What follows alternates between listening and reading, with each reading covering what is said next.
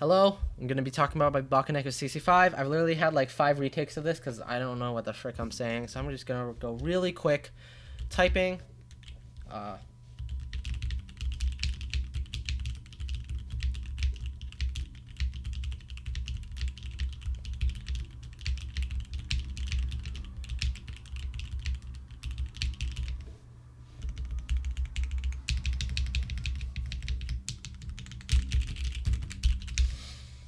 okay, I'm gonna just sum it up really quick. You get a case, you get your PCB, O-rings, your O-ring, your plate, the case. That's it, and you get your weight. I have a zinc weight here. I also have a 30A ring in right now, so it's supposed to be pretty soft. To be honest, it's pretty good for flex. It's not too flexy that it's hitting the back, but I wouldn't say it's particularly spectacular. More of it is that you should more care about the how it feels in terms of typing rather than the flexiness, of course. How does it feel for me? It feels comfortable. It feels fine. Nothing to really complain about. Not too bouncy, not too harsh. Something that I really like. A lot of people, in my opinion, I've seen a lot of people say that they've commented on the feel more. That it's one of the most, it's a great way to try out to explore yourself in terms of feel, especially in the budget scene, because there's a lot of gasket mounts and stuff. And what are you gonna get? You're gonna get really cheap tray mounts that are old, or you're gonna get a more modern gasket mount design. Or you can get this. This is what, 130 USD, really cheap for a fully aluminum, even though it is casted. I will say that I've not noticed much any blemishes or much in terms of machining, in terms of like how it's produced. It is not machined. That is my bad. Design aspect, in my opinion, is pretty bland. It has a little thing, blah blah blah, USB, block on wedge, essentially. Yeah, pretty simple. Honestly, pretty boring. Not a big fan of the design. Yeah, great feel, unique. Sure, you could say that. However, you can just get another gummy O-ring board. Not too hard, especially nowadays. Freebird TKL and parallel sequence. Very nice stuff that are gonna be, in my opinion, gonna be way better than this board here. Although I guess they are more expensive. But in a hobby like this, where it's a luxurious hobby, I think you should honestly get a keyboard that you like the design of more, that you're a huge fan of more. And I feel like those keyboards are a lot more interesting and a lot more premium.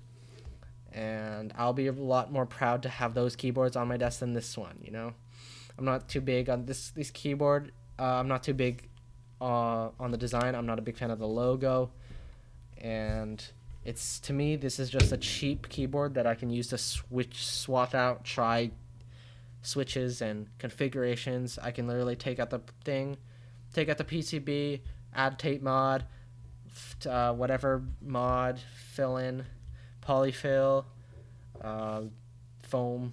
Yeah, that's it. Other than that, I'm not too. It's rather just simple. I rather, in this hobby, a lot of beginners really care about the value of it, or like the sound value apparently. But in my opinion, you should really look at the design and how you like it. Does it correlate with you? Does it match with your interests? And yeah. This is mass produced. Nothing really too unique or special.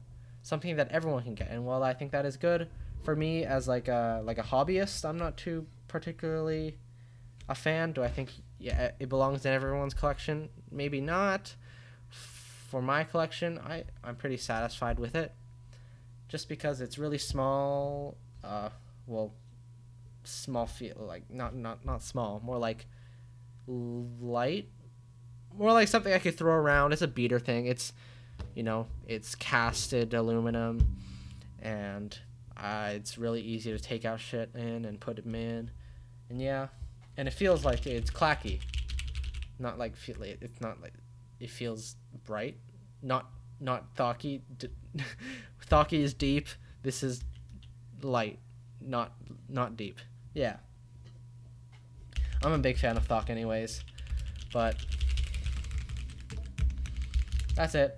I think honestly, in terms of keyboards, if you're gonna get one keyboard, I think you should definitely invest in something a little bit more premium, something that, you know, is a lot more interesting. Like I said, interesting. You should get something that really reflects you and your interests, and instead of focusing on what's really bang for the buck, because in reality, in the future, you're gonna want what's bang for the buck will change. You know, this might be right now, but in the future, it's gonna be a bad deal. So you're gonna want something that you're gonna be proud of because you like what it looks like, or like how it feels, or like what it is because of you, rather than, oh, I love it because it's high value. Because in the future, you're gonna look online and say, oh my god, I need to get this. This is so high value now, you know, and you're gonna want to get that instead of your keyboard, and you're gonna feel like your keyboard's shit and stuff like that. When you can get something really cool and like it because it's really cool, because it looks freaking sick,